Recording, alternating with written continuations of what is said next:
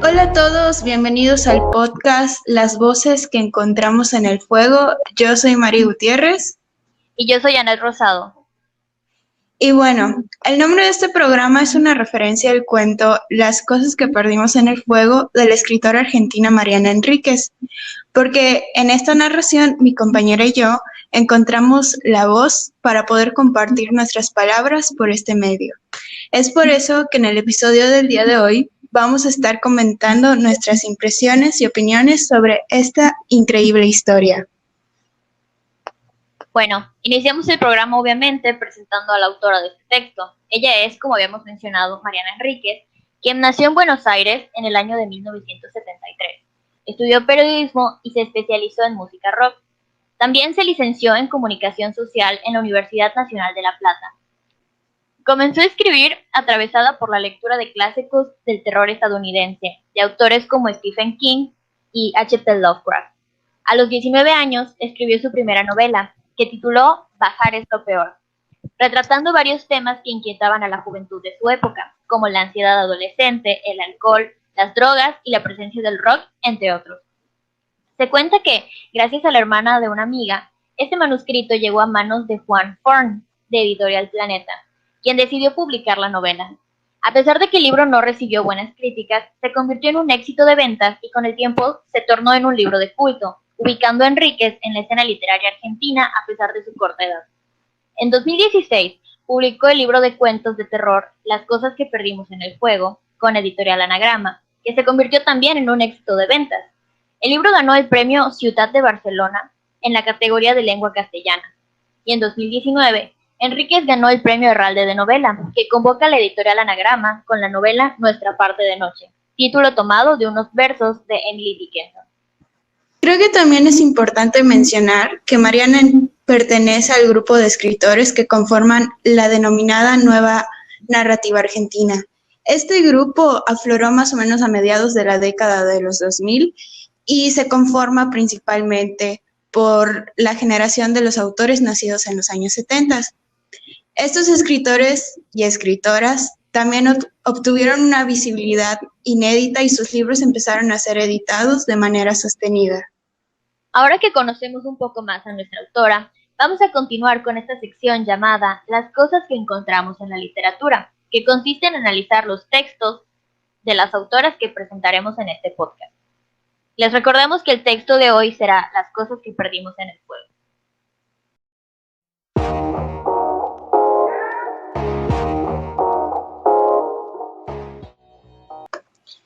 Bueno, Enríquez tilda este cuento como que pertenece al género de la ciencia ficción. La historia trata sobre un grupo de mujeres que deciden quemarse a sí mismas luego de que varias de ellas murieran quemadas por sus parejas. Esto también lo hacen para cambiar con el canon de belleza y que los hombres no tuvieran a quien quemar. Enríquez obtuvo parte de la inspiración para esta historia con el caso de la argentina Wanda Tadei, que fue una mujer que en el 2010 fue asesinada por su esposo. Comenzando con el análisis del cuento, creo que podemos hablar de los personajes importantes que aparecen en el cuento. Por ejemplo, la historia comienza cuando nos hablan de la chica del subte, y ella podría ser considerada como el punto de partida que estas mujeres, este colectivo de mujeres que se hacen llamar las mujeres que arden, comiencen a organizar hogueras para, como en forma de protesta ante la violencia que estaban sufriendo, ¿no? Sí, realmente el personaje de la chica del subte es muy interesante porque en toda la narración es nombrada de esta manera, es decir, no tiene un nombre propio. Y se me hace muy interesante que, pues, no sé si como tal será como la iniciadora, pero definitivamente fue la primera portavoz.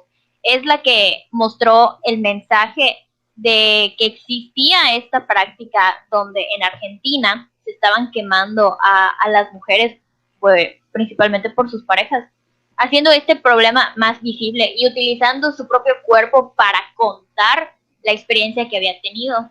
De esta manera intentaba hacer conciencia de que no habían destruido simplemente su apariencia física, sino que habían destruido su vida.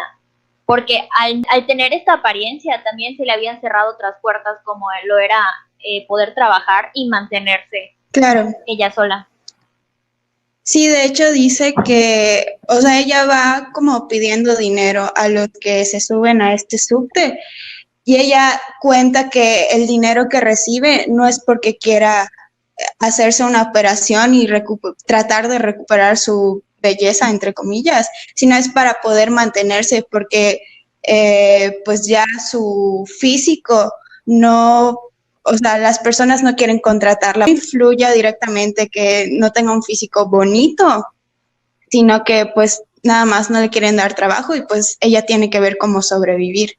También hay una cita, bueno, una parte del cuento que dice que su cuerpo resultara sensual era inexplicablemente ofensivo. O sea, yo siento como que si fuera un desperdicio que tuviera un buen cuerpo, porque aparte nos describen a este personaje como, o sea, que se vestía con ropa ajustada, con blusas transparentes, se ponía hasta tacones y pues tenía un cuerpo que en los estándares de la belleza es considerado bonito. Entonces, que decían así como, qué lástima que tan bonito cuerpo tenga tan fea cara, ¿no? Claro, claro. Y fíjate que es muy interesante porque estaba pensando también que se llama La chica del subte y se dice en un inicio que ella solamente daba su mensaje, sí, en un medio de transporte utilizado por muchísimas personas, pero solamente lo hacía en las líneas de transporte subterráneo de la ciudad. No iba a subirse, por ejemplo, a los camiones o a como colectivos más pequeños en la superficie, sino que se mantenía de alguna manera oculta, o sea, oculta bajo la tierra, pero mostrando su cuerpo quemado, o más bien su rostro quemado. Entonces, me parece muy interesante porque esto es lo que es como un primer acercamiento a esta problemática, que sabemos que está ahí, pero está escondida. Y es ella misma quien encarna este primer contacto que tenemos con esta problemática, haciendo, pues, de alguna manera, contando su historia únicamente debajo de la tierra. Sí. Bueno, y ya que mencionas esto, creo que podemos pasar al otro personaje que es Lucila, que a diferencia de la chica del subte, que como dices está como en las profundidades, en lo oculto, pues Lucila el caso de Lucila se comenta un poquito más porque ella era una modelo, pero dicen que se hizo famosa hasta que anunció su romance con un tal Mario Ponte, que creo que era como un deportista famoso, ¿no? Sí, era futbolista. Entonces, o sea, Lucila le pasa, vive más o menos lo mismo que la chica del subte, porque su novio, este deportista, tiene una discusión y entonces él le tira alcohol y le prende un fósforo y después como que la tapa con la colcha. Y ya que ya está en el hospital, está Lucila, él dice, igual que pasó con el esposo de la chica del subte, o sea, ellos dicen que ellas fueron las que provocaron su quemadura y lo peor de todo es que les creen a ellos. Sí, ambos esposos, novios, parejas, dicen tal cual que fueron ellas las que se quemaron. Y enuncian diferentes motivos. El esposo de la chica del subte había dicho que era a raíz de que ella en una pelea se echó el alcohol encima e intentó fumar un cigarrillo después, que pues sabemos que esto no era verdad. Y lo interesante aquí es que no son cuestionados. O sea, ellos realmente al enunciar que las mujeres decidieron o hicieron algo para quemarse a sí mismas, nadie cuestiona su narrativa. La chica de Subte, por ejemplo, decía que hasta su propio padre le creyó a su esposo Juan Martín Pozzi cuando le dijo que fue ella la que había decidido, la que se había quemado. Y pues ella, al no poder hablar, no pudo hacer una denuncia en ese momento. Por lo que Juan Martín Pozzi quedaba como aquel que había intentado ayudarla después de esta autoinmolación, si lo queremos llamar así. Con el caso de Lucila, creo que lo que más sale a relucir es que, siendo una figura pública, es como el primer momento en donde la sociedad se da cuenta o tiene un primer contacto con esta problemática, porque se tiene la idea de que a las figuras públicas o a los famosos como que su vida es perfecta y no pueden, o sea, que se enfrenten a un problema presente en otras clases sociales, de repente es un poco más impactante. Me recuerdo un poco al caso de Rihanna con Chris Brown, de violencia doméstica. Sí, justo en eso estaba pensando. Pero continúa, perdón. Claro, porque sabemos que el caso de la violencia doméstica también es un problema que está presente en todo el mundo. Sin embargo, gente que había escuchado alguna experiencia de alguien cercano, o sea una conocida o algo así, sí le parecía impactante, sin embargo no era algo para causar revuelo o alboroto. Y cuando salió a la luz el caso de Rihanna fue todo lo contrario, todo el mundo se quedó así como de, no puede ser posible que a Rihanna le pase esto, etcétera, etcétera. Pero regresando al cuento, que prácticamente eran como una pareja que era súper feliz y tenían la vida perfecta. Y no nos dicen cuál era el motivo por el cual inicia su pelea, pero es lo más simbólico, porque Lucila era una modelo, entonces ella enteramente vivía de su imagen como trabajo. Entonces Mario Ponte se da cuenta de eso y pues independientemente del motivo por el cual hayan iniciado esta discusión, decide de nuevo arruinarla a ella, porque arruinar su imagen es arruinar su vida también. Sí, de hecho, esto que mencionas o sea, me gusta que menciones un ejemplo de la vida real, porque al parecer estamos acostumbrados a ver que las parejas de famosos sean así como, bueno, intenten transmitir hacia los medios que son la pareja perfecta, la pareja ideal, que todo es miel sobre hojuelas. Estaba pensando justamente en el caso de Rihanna. Creo que a pesar de que esto salió, muchas personas aún así siguen defendiendo a Chris Brown. Y creo que sí como que les sorprendió que alguien como ellos, o sea, si los deshumanizamos y creemos que son tan perfectos como nos lo hacen creer los medios, que ellos no pueden pasar por este tipo de cosas. Y bueno, igual relaciono mucho el caso de Lucila con casos de la vida real, porque se comentaba que ella antes no era tan famosa hasta que comenzó a andar con este sujeto, Mario Ponte. Y no sé, creo que igual viene con los discursos de que, o sea, sí ella tiene su trabajo, pero la conocemos por ser la novia de tal persona, como cuando dicen, sí, Shakira, la esposa de Piqué, como si Shakira no tuviera toda una carrera muy importante, además de ser la esposa de Piqué. Sí. Bueno, y no sé si ya se casaron, pero bueno, es su pareja. Yo pienso que con Lucila lo que nos hace más evidente es que las violencias están inscritas en las diferentes clases sociales y suelen ir en contra de la figura femenina, independientemente de los privilegios que ésta pueda tener. Porque Lucila, frente a la chica del subte, tenía una carrera exitosa, era conocida por todos los medios, etcétera, etcétera. Y pues eso no la salvó de haber tenido el mismo destino. De hecho, hay en las narraciones de ambas se hace mucho este juego de le pasó como a la otra, ¿no? Te dan los elementos de que ambas fueron rociadas con alcohol y prendidas después con cerillos. Sí, siempre eran como que casi siempre eran como de la misma manera que bueno, por lo menos los casos que nos presentan, es que casi todas eran bañadas con alcohol y eran encendidas de alguna manera. De hecho, también esto de las hogueras comienzan como una forma de protesta o alerta para los feminicidios que se estaban viviendo por todas estas mujeres que habían sido quemadas con alcohol o con ácido. Y también hablan de un caso particular de una mujer que fue arrojada a unos neumáticos que estaban ardiendo porque había como una protesta de trabajadores o algo así.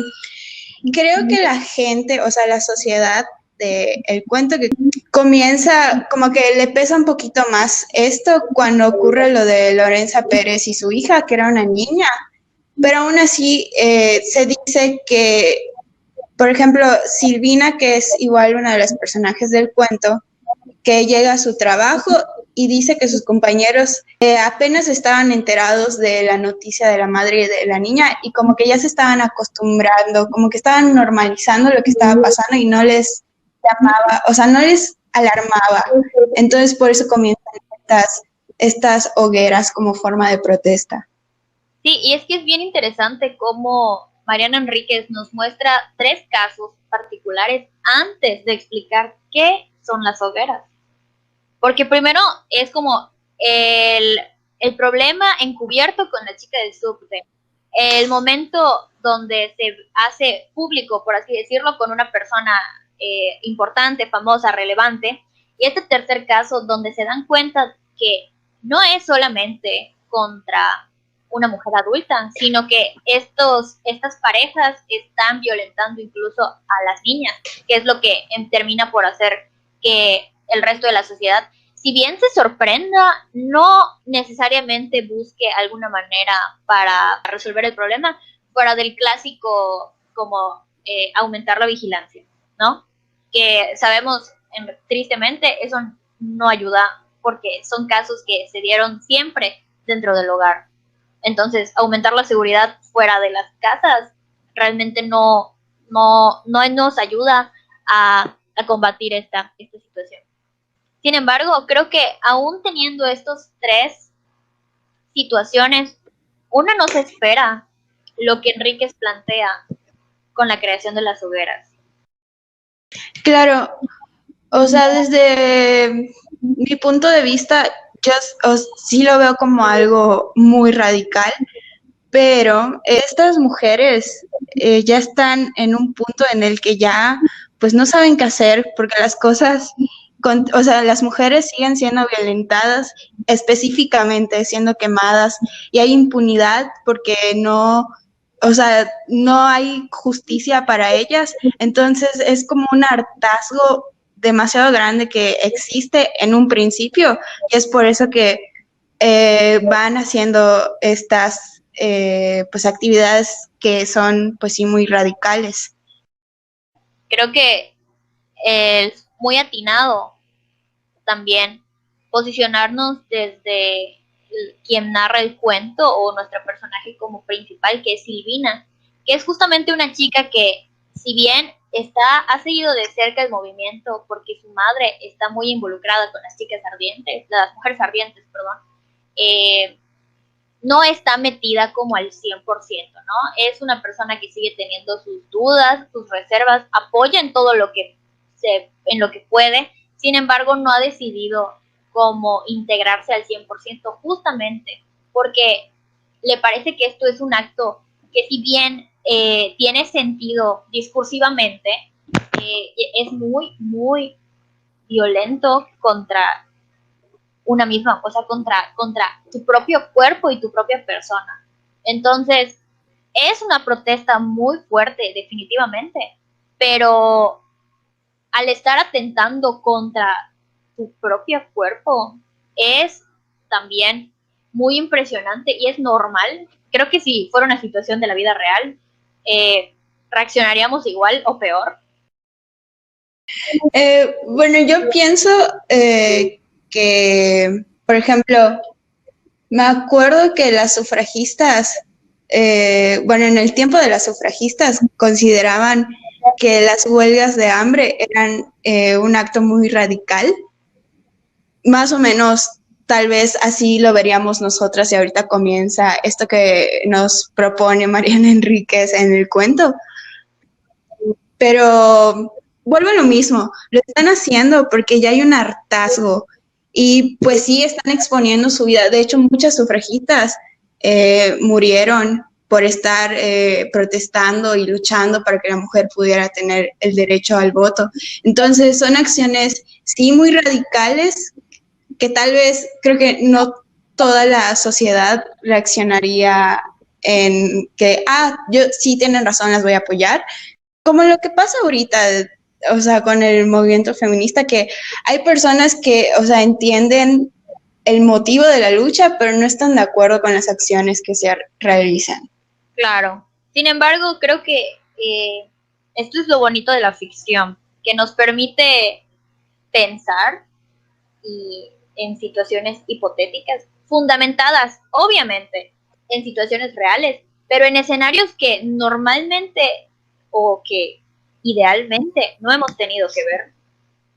Me llama mucho la atención esto de la alerta para los feminicidios, que el cuento menciona que una vez que se empieza a visibilizar, de repente empiezan a haber muchísimos casos de mujeres quemadas por sus parejas, cuando lo que realmente pasa, y eso también pasa en la vida real, no es que no existan estas situaciones, sino que como no había visibilización justamente de estos casos, pues antes podían pasar desapercibidos. Son justamente una encarnación de la chica del subte, o sea, están ahí, pero están ocultos. Claro, o sea, es como mencionamos al principio que Mariana Enríquez se basó de un caso de la vida real, pero yo, por ejemplo, no sé si porque pues no vivo en Argentina, la noticia pues no se hizo tan viral, o sea, mundialmente pues no fue tan conocida y son estos casos en que se quedan ahí como aislados, que pasan, pero no se les da la relevancia que, o sea, que tienen. Sí. Y luego,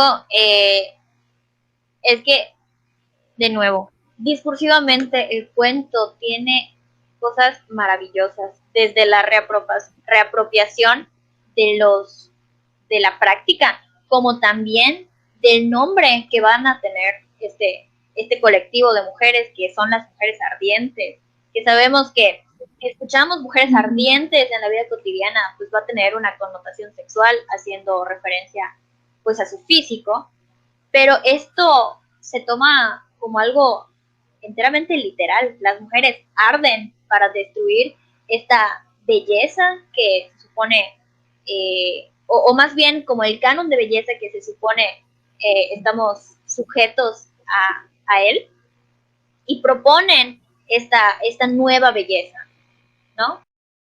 Sí, de hecho, se propone que, pues ya como son varias las mujeres que se van uniendo a este colectivo de las mujeres ardientes, que no sé si fue con esa intención de, o sea, con ese doble sentido de que, o sea, fuera de contexto, cuando escuchamos mujeres ardientes, escuchamos, no sé, a alguien, una mujer sexy o algo así, pero pues sí, en el contexto del cuento, pues es un sentido literal.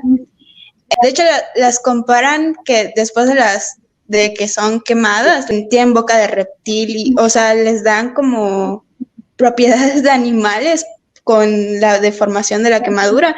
Entonces, ellas se imaginan que el nuevo mundo ideal sería que vivan mujeres y las monstras, ¿no? O sea, como que después de ser quemadas, ellas se hacen llamar monstras porque ya rompieron con ese canon de belleza y es cuando quieren como reinventar una belleza nueva, así como mencionan. Sí, de hecho es también como avanzando más en el cuento, cuando dice que las primeras mujeres ya habían cumplido un año de que de que se habían quemado y empezaban a salir a las calles, empezaban a tener una vida normal, habían cuentas bancarias, iban al café, etcétera, etcétera. Porque parte importantísima de este acto era mostrarse en sociedad, darse cuenta que sí, probablemente llegaría un momento en el que todas las mujeres iban a optar por autoinmolarse. Sí, fuera de que quieran esconderse porque se sienten avergonzadas de cómo se ven ahora. Al contrario, ellas quieren que las vean porque sus cicatrices son el recuerdo que tienen de esa lucha. Y también dicen que esto les trajo beneficios porque ahora, ya que no las consideran bonitas, dicen que ya no hay trata de mujeres porque ya nadie quiere, pues, a una mujer deforme, ¿no? También me gustaría mencionar que en una parte que Silvina está hablando con su mamá, Silvina estaba entre, no sé si yo me meto porque ella creo que solo había participado en la grabación de una hoguera porque no creían que las mujeres estuvieran quemando a propósito. Entonces, tiene una conversación con su mamá y la mamá que sí estaba un poquito más metida en esto, y lo cual me extraña porque es una señora mayor. Y bueno, las señoras mayores que conozco no se sienten muy afines al movimiento feminista, ¿no? Entonces ella dice que ni se te ocurra pensar que hago esto por culpa de tu padre. Él era un hombre delicioso, jamás me hizo sufrir. Y creo que esto habla o sea, es un claro ejemplo de el ser empático, ¿no? Porque muchas personas a veces cuando defiendes las causas feministas o de cualquier otro movimiento social, te preguntan, oye, ¿y tú por qué estás tan metida en esto si pues a ti no te afecta el problema? Pues claro que no, pero a mi vecino, a una amiga, a cualquier persona, o hasta si no tengo un contacto directo con la persona, pero por el simple hecho de pues ser una persona, creo que merece ser respetado. O sea, no importa si a ti no te ha pasado o si tú no lo has vivido, pero eso no quiere decir que no pase. Entonces, creo que o sea, esta parte es un ejemplo de el ser empático. Okay. Yo no sé, digo, por el breve conocimiento que tengo de historia argentina, yo no sé si el hecho de que tanto la mamá de Silvina como su amiga María Elena sean las que están más organizadas o más comprometidas con el movimiento, se debe a que sea como una especie de homenaje a las abuelas y madres de la Plaza de Mayo, que durante la dictadura argentina pues perdieron a hijos y nietos, ¿no? A manos de creo que era Videla, no estoy segura. El caso es que son mujeres que actualmente siguen reuniéndose en la Plaza de Mayo para protestar en contra de las desapariciones de sus familiares. Entonces, pues son un grupo de mujeres que ya lleva varios años haciendo activismo por esa causa. Bueno, y ya que hablamos de la mamá y Silvina, vamos a dirigirnos un poquito más hacia el final. No sé, ¿qué piensas del final? Bueno, creo que el caso del final es muy sugerente y sorpresivo, porque tenemos a la mamá de Silvina, a su amiga que se llama María Elena, que ambas estaban más metidas con el movimiento. Y la amiga ya fue encarcelada, entonces ellas les están visitando en la cárcel. Alegan que por ser mujeres adultas mayores de 60 años, ellas no podrían autoinmolarse. Pero Silvina, siendo joven y siendo más resistente también, es una candidata perfecta para quemarse. Y básicamente dan a entender que Silvina debería realmente llegar a ese punto, porque bueno, sí, ha estado apoyando el movimiento, pero ¿cuándo va a ser su momento para convertirse en una mujer ardiente? Claro. Bueno, en un principio todo esto pues comenzó con una buena intención, pero con este final a mí me demuestra que a pesar de como que simpatizar con este tipo de movimientos, siempre, o sea, por lo menos la mamá de Silvina demostró que siempre hay un ejercicio de poder sobre los cuerpos ajenos, porque, ok, sí está muy padre la causa, vamos a manifestarnos, protestar, pero ya te estoy dando el cuerpo de mi hija, o bueno, no que se los esté dando, porque creo que no dice como tal, pero sí piensa que ya debería hacerlo, porque es un momento, sería una quemada hermosa, pero en el final no se dice si Silvina está de acuerdo o no con participar. O sea, una cosa es que simpatices y otra cosa es que ya te atrevas a accionar de la manera en la que ellas están accionando. Y si quiere o no quiere, creo que está bien, porque creo que en una parte hasta preguntan desde cuándo es un derecho ser quemada, ¿no?